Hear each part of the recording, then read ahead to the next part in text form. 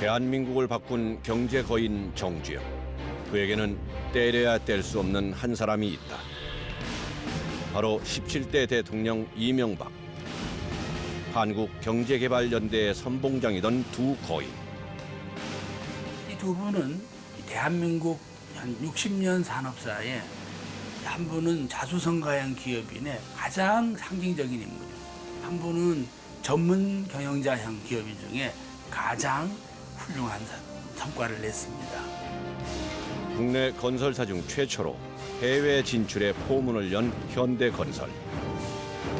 중동 건설붐을 이끌고 현대건설을 일으켜 세운 두 사람.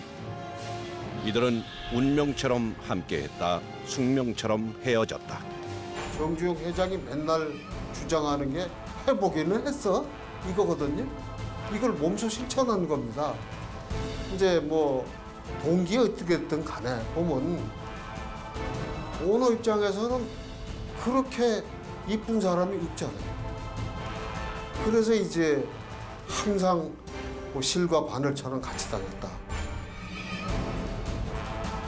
현대건설 면접장에서 첫 만남을 가진 두 사람.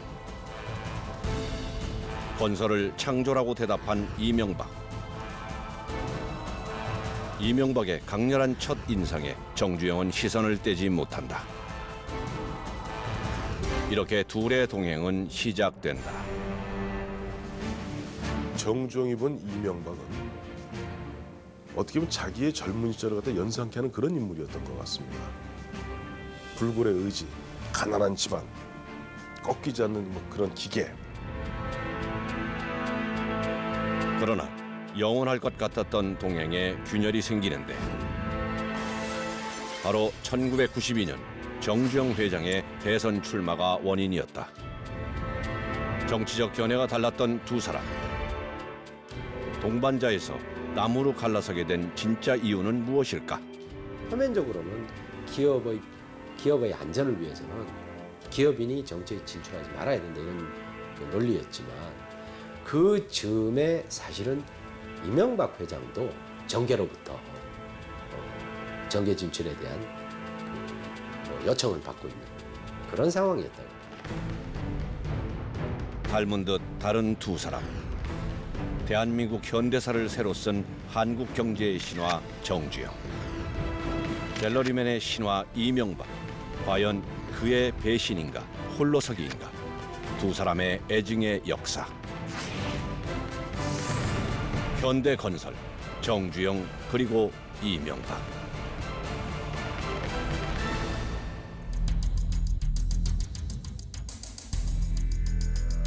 (1965년) 한일협정 이후 대한민국은 격렬한 반대와 시위 속에 혼란이 계속되고 있었다. 그때 청와대로 날아온 편지 한 통.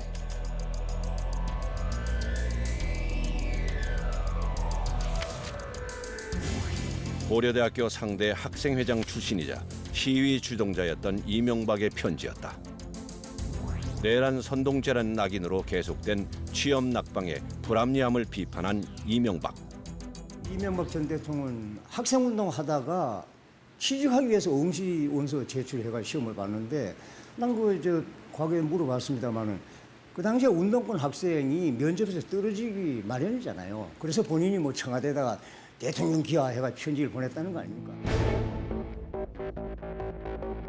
평소 사사로운 일까지 의논하는 사이였던 정주영과 박정희 대통령. 박정희 대통령은 겁없는 젊은이 이명박을 맡기는데 요주의 인물 이명박을 가까이 두고 감시하란 의중이 깔려 있었던 것이다. 현대건설에 입사한 이명박은 입사 직후 국내가 아닌 해외에서 일을 시작한다. 고려대학에 데모대장이 이번에 졸업하는데 갖다 쓸 수 있어요. 그러니까 현대건설이 사장이 얼길에 네 해놨다 이거야. 답은 해놨는데 갖다 쓰긴 써야 되는데 이 데모대장 잘못 쓰면은 그냥 또 뭐 회사가 엉망이 될 것 같으니까 한참 고민하다간 외국에다 갖다 놓으면 지가 뭐 데모해봤자 거기서 얼마나 하느냐 그래가지고 외국에 태국에 그 고속가도로 하는데 갖다 배치했더라고요.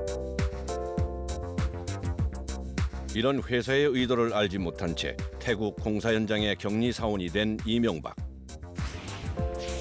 깐깐하게 원리 원칙을 고집하면서 현장의 험한 분위기를 몸으로 익혀나갈 즈음 현지 근로자들이 임금 불만으로 폭동을 일으킨다.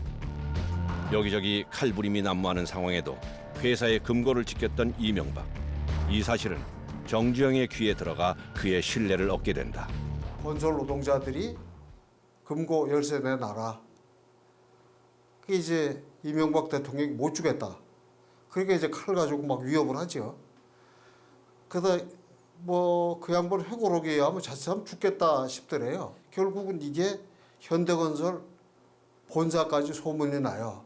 그래서 신입사원 이명박이 혼자 금고를 지켰다. 그래가지고 일단은 영웅이 돼버리죠.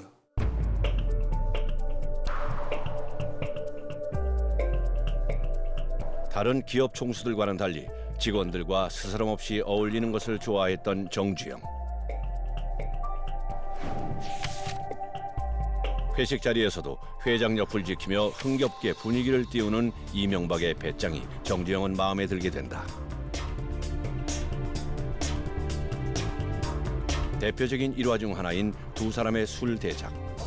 신입사원들과 종종 밤을 새우며 술 대작을 벌이던 정주영. 의례 신입사원들은 회장인 정주영에게 져주기 마련이건만 이명박은 달랐다.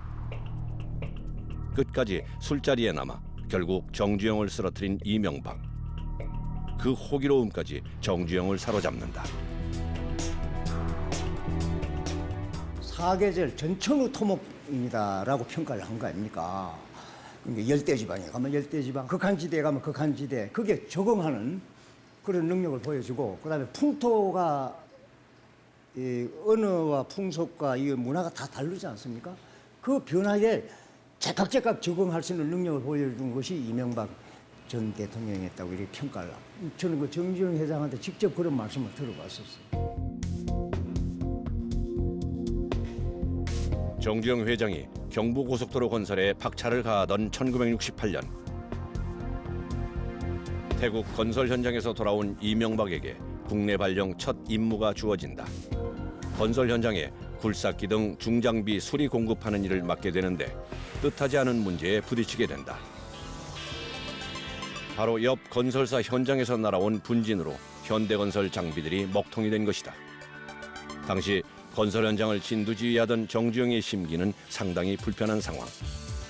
실무자 이명박에게 정주영의 불호령이 떨어지자 이명박은 현장에 있던 불도저를 끌고 상대 건설 현장으로 돌진, 입구에 큰 구덩이를 판 뒤 아무도 지나다니지 못하게 한다.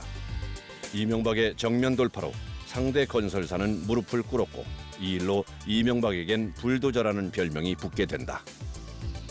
밤에 이제 불도저를 끌고 가서 그 공사장을 완전히 초토화시켜 버리고 그래서 이제 문제를 해결하는. 그러고 이제 그 다음 날 날이 밝았을 때 그쪽 공사장에서 그쪽 이제 기업체에서 와서 이제 항의를 하니까 여차여차 젊은 혈기겠죠. 요즘처럼 만약에 요즘 같은 시대였다면은 그것이 뭐 손해배상과 뭐 아주 골치 아픈 법적 문제가 생겼겠지만 당시에는 어떤 측면에서 보면 우리가 경제 급성장을 하고 압축 성장을 하는 그런 과정에서는 뭐 그런 게 통했을 수도 있겠어요. 정주영과 이명박 두 사람은 세상에 도전장을 내밀며 앞으로 나간다. 1970년대부터 시작된 중동 건설과 함께 아파트 건설 붐을 일으키며 승승장구한다.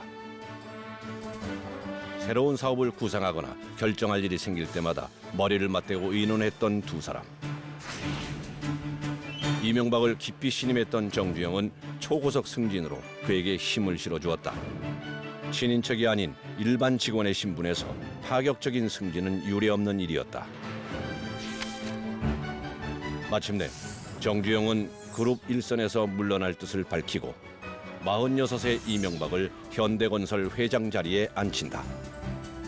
매스컴에서 정주영 회장한테 그 젊은 사람을 어떻게 해서 사장에 임명했느냐라고 물으니까 한마디 하세요. 뭐냐면 신입사원으로 뽑아놨더니 이 과장 일을 하고 과장을 시켜줬더니 부장 일을 하고 상무를 시켜줬더니 사장 일을 하더라 이 말이에요. 그러니까 내가 할 수 있는 일은 그 사람 역량에 맞게끔 인사해 준 것밖에 없다. 이명박의 초고속 승진은 뜻밖에도 정주영의 아들들에게는 위기가 되었다. 특히나 비슷한 또래의 정몽구는 이명박이 승승장구할수록 격한 스트레스를 받게 된다. 이명박을 향한 정주영의 신임이 깊어질수록 정몽구의 불안은 비례해 갔다. 77년에 이명박 대통령이 사장이 되지 않습니까? 현대건설 사장이 되면서부터는 아마 그 자식들 입장에서는 정몽구 회장을 비롯해서 뭐 나머지 그 자식들 입장에서는 뭐랄까 이것이 단순한 경쟁 관계를 넘어서 나중에 머리 훗날에 소유 지분까지를 다퉈야 될지도 모르는 그런 아주 심각한 상태로도 갈 수가 있다고 생각했겠죠. 그래서 모 회장 측에서 보면 이명박 대통령 뒤에 뭐 사람을 붙였다던가 그런 일들이 이제 왕왕이 지금 얘기가 전해지고 있죠. 1987년 명예회장직으로 물러나 있던 정주영. 하지만 사업에 대한 그의 열망은 식을 줄 몰랐다. 미래의 블루오션으로 시베리아 개발 사업을 주목한 것이다. 당시 소련과는 수교를 맺기 전이라 사업 가능성이 불투명했던 상황. 자원 대부분이 추운 지방에 묻혀 있어 모두가 개발 가능성을 의심했다. 1988년 이제 서울 올림픽 이때를 계기로 해가지고 우리나라 기업들이 해외 자원 개발에 본격화합니다. 이때가 거의 아마 우리나라 기업들의 해외 자원 개발 붐이 조성됐을 때인데 현대는 그때나 이때나 우리나라 최고 기업입니다. 당연히 자원에 관심을 가질 수밖에 없고 그러면서도 가장 매력이 있는 지역이 소련의 시베리아예요. 한소 경제협회 양측 대표단은 소련의 첨단 과학기술과 우리 기업의 생산 기술을 결합시키기 위해서 앞으로 과학기술 협력을 본격 추진키로 했습니다. 주위의 우려에도 불구하고 정주영은 한국과 소련의 경제 외교를 위해 직접 한소 경제협력위원회 회장직을 맡는다. 고위가 넘은 나이임에도 시베리아 지역을 누볐던 정주영. 그 험난했던 여정은 정주영의 소련 방문 비망록에 고스란히 담겨져 있다. 매서운 추위로 어깨가 움츠려들었지만 정주영 곁은 늘 이명박이 지켰다.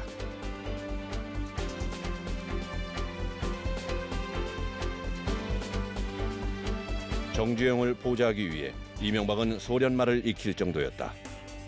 또한 각종 소련의 풍토와 음식 문화를 습득해 정주영에게 알렸고 소련 기업인들과의 미팅에 앞서 비즈니스 매너까지 세심하게 코치했다. 이역만리 시베리아에서도 두 사람은 서로가 있어 두렵지 않았다.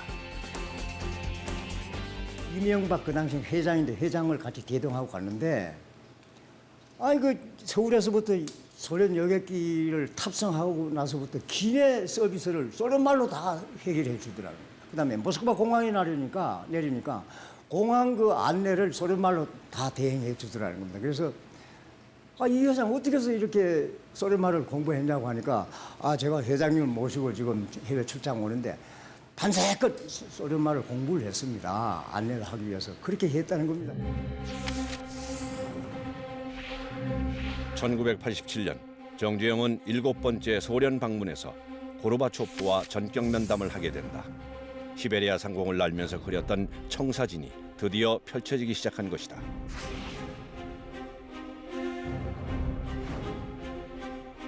정주영의 집요한 요청에 설득된 소련은 현대의 시베리아 개발 사업을 적극 지원하겠다는 약속과 향후 북한과 소련, 남한이 한솥밥을 먹을 수 있는 큰 그림을 제시하며 협상을 마무리한다. 무한한 자원의 보고, 시베리아의 꿈이 이루어진 것이다. 송유관 건설을 추진해온 현대가 이번에는 사할린으로부터 블라디보스톡 정치권보다 먼저 소련과 접촉을 시도해 국내 기업 중에선 북방 진출을 가장 먼저 하게 된 현대건설. 세계 시장 개척의 또 하나의 본보기가 되었고 1990년 한소 수교의 매개체로 민간 외교 사절 역할을 톡톡히 해낸다.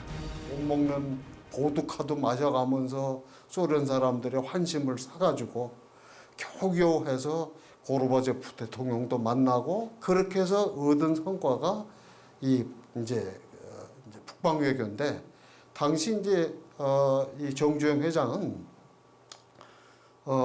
소련이 당시만 하더라도 이 북한에 맹주 노릇을 했으니까 소련을 어떻게 잘 움직여서 남북 통일하는 데도 좀 기여를 해봐야 되겠다.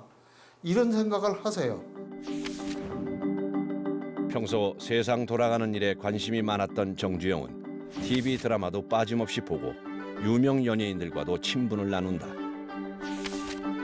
1987년에는 자신을 주인공으로 한 다큐멘터리 드라마에도 사실감을 높이기 위해 직접 출연할 정도로 매스컴에 관심이 높았다. 그러던 어느 날 당시 히트메이커인 나연숙 작가가 현대를 모델로 드라마를 쓴다는 소식을 접하고 이명박에게 자신의 자료 전달을 지시한다. 그러나 예상과 달리 주인공은 정주영이 아닌 이명박이었다. 교회가 굉장히 큰 역할을 했다고 얘기도 하고요. 그 나연숙 작가가 이제 그런 교회를 다니고 있었기 때문에 이명박 씨에 대해서 좀 더 가까웠다 이렇게 얘기가 되기도 하고 정주영 씨의 어떤 사례들과 이명박 씨의 사례를 섞었다는 얘기들도 있었어요. 근데 결과적으로 두드러진 거는 기본 골자가 예전에 학생 운동을 하다가 그다음에 말단 사원서부터 그 대기업의 사장이 되고. 드라마 야망의 세월의 인기는 대단했고 이명박은 단숨에 대중의 관심을 한 몸에 받게 된다. 한편 드라마의 인기가 높아갈수록 정주영의 심기는 불편해져 갔다. 자신의 얘기가 아닌 이명박의 성공 신화 내용이 못마땅했던 정주영.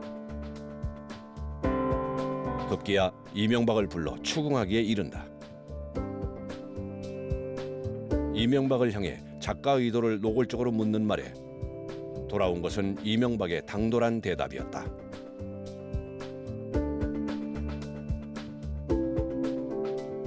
정주영 회장이 매우 화를 냈다고 그럽니다. 그래서 정주영 회장과 그 작가가 상당히 사이가 안 좋았다 그래요. 나중에 그 정주영 회장이 자기 자서전을 내는 데 있어가지고 처음에 그 야망의 세월 작가한테 그걸 맡기려고 하다가 그 작가를 김수현 작가로 바꿨다고 그래요. 동반자였던 두 사람 사이에 서서히 금이 가기 시작하고 서로 대립을 하게 되는 결정적인 계기가 다가온다. 정주영의 정계 진출. 부에 이어 권력마저 손에 움켜쥐려는 정주영의 야망은 그 누구도 말릴 수 없었다. 사업처럼 정치권도 장악할 수 있을 거라는 염원뿐이었다. 그러나 이명박의 생각은 달랐다. 국내 최대 재벌이 정치까지 하는 것은 국민들의 반감을 살 것이라는 것이 이명박의 반대 이유였다.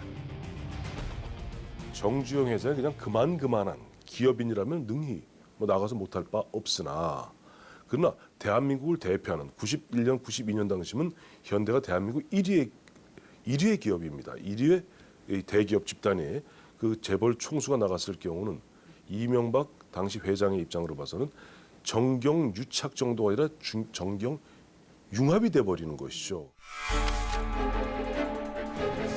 천하의 정주영도 정치 권력에는 두려움을 가졌던 터 스스로 권력을 가져야 한다는 신념에 빠지게 된 것이다.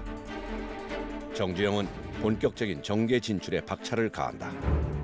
통일국민당의 정주영 대표는 오늘 자신이 국민당의 후보로 제14대 대통령 선거에 나설 뜻을 분명히 했습니다. 대통령 후보 선출을 위한 임시 전당대회를 열어 정주영 대표를 대통령 후보로 정식 선출할 예정입니다.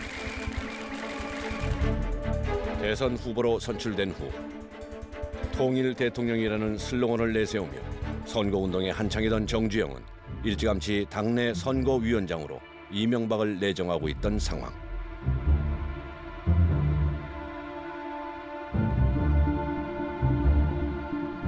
그러나 이명박은 당시 강력한 여당의 후보 쪽과 접촉하며 홀로 미래를 준비하고 있었다. 이명박의 독자 노선에 분노한 정주영. 그렇게 어떻게 보면 자기의 분신 같았던 이명박이 자기와 함께 당을 만들어서 한번 해보자. 여기에는 거부하면서 사실 집권 여당인, 야당도 아니고 집권 여당인 민자당의 유혹에 넘어가는 모습 보면서 굉장히 인간적 배신감을 느꼈던 것은 아마 주변의 여러 사람들의 증언을 통해서도 그건 확인될 수 있습니다. 이명박 씨도 지난 1일자로 정치 참여를 위해서 현대건설 회장에서 물러났습니다. 도덕적으로나 또는 이 국민이 바라는 그 참신한 그 바람, 이런 여러 가지 구비 조건이 갖추어진 기업인들은 정치 참여하는 것이 국민들이 원하는 일이 아니겠냐, 저는 이렇게 또 내 나름대로 생각을 하고 있죠. 정주영과의 결별 수순은 공식화됐다. 정주영은 대권을 향해 칼을 빼들고 이명박이 선택한 김영삼을 추격한다. 다른 후보들과는 차별화된 공약을 내거는데 바로 아파트 반값 공약이었다. 어떤 잘못된 정책을 전부 본치면은 아파트 값은 서울은 틀림없이 반 이하 가능하고 지방 도시는 3분의 1값을 노리는 것은 문제가 없습니다. 그러자 경쟁당에서는 연일 정주영을 쓰러뜨리기 위한 맹공격이 퍼부어진다. 그 공격의 선봉장은 바로 이명박. 김영삼 대통령의 입장에서는 가장 강력한 상대방이 정주영 회장이었는데 이 공약을 들고 나서 인기가 높아가니까 여기에 대해서 이제 공격을 해야 될 거 아니에요. 사실 이명박 대통령이 이 정주영 회장의 그런 건설 공약이라든가 이런 그 주택 공약에 대해서 일부 공격을 가하는 그 선봉장 역할을 한 적이 그런 점이 있다고 봐야 되겠죠. 안팎으로 거세지는 방해 작전에도 정주영은 유력 인사를 영입하며 막판 뒤집기에 전력을 다한다. 그러나 14대 대통령 선거는 김영삼의 당선으로 마무리되고 정주영의 정치 도전은 쓸쓸히 막을 내리게 된다. 이명박이 정주영을 만난 것은 운명이었을까? 사업 동지로서 사적으로는 부자지간처럼 서로 의지했던 두 사람. 영원할 것 같았던 동반자에서 서로 등을 돌리게 했던 두 사람의 정치 도전. 재벌그룹 대표라는 전경련 회장을 오래 하시면서 사람들에게 대중에게 널리 알려지긴 했으나 대중적이라고 보기는 좀 어려운 측면이 있었고요. 그런가 하면 이명박 전 대통령은 우리가 알고 있는 것처럼 가난한 집에서 태어나서 입지전적인 인물로 또 젊은이들에게는 이른바 그 성공의 화신 같은 30대 사장을 했으니까요. 그래서 그러한 어떤 사회적 이미지가 좀 한 분은 부담이 되는 쪽으로, 한 분은 힘이 되는 쪽으로 작용을 했기 때문에 훗날 그런 결과가 나오지 않았을까. 2001년 86세로 파란만장한 삶을 마감한 정주영. 저의 모든 가슴이 허전하기 그지없네. 그의 죽음에 사람들은 정주영의 빈자리를 염려했다. 슬픔에 겨워하는 문상객들 사이로 드디어 이명박 당시 국회의원이 찾아온다. 이명박이 흘린 눈물의 의미는 무엇이었을까? 정치 도전이 불러온 두 사람의 결별. 사업적 동지로서 완벽했던 두 사람의 믿음. 정주영 옆엔 이명박이 있었고 이명박 옆엔 정주영이 있었다. 닮은 듯 다른 두 거인, 정주영과 이명박. 실지 거래라 그래서 물에 섞으면은 아주 흘러서 없어져 버린 토질입니다. 그래서 이 토질을 쓸 수가 없기 때문에 네 군데에서 들어오는 각기 다른 토질의 성분을 섞어가지고 지금 실제로 국내외 사업장에서의 이명박 전 대통령이 활동하시는 모습을 본 사원들 얘기는 불도저라고 얘기를 하거든. 그게 제일 좋아하는 분이 또 바로 정주영 회장 아닙니까? 도전 정신 또는 이 돌관 정신 또 반드시 성공하려고 하는 강한 승부욕, 이런 요인들이 그 시대 정신하고 맞았던 것이 아닌가. 그 어떠한 그 높은 곳을 향해서 갈등과 자기 불만과 그 속에서 살지 말고 가장 그 낮은 위치에서도 그 사회를 봉사하고 사회를 빛내면서 살아봐야겠다. 두 거인은 서로 영원한 동지도 영원한 적도 아니었다.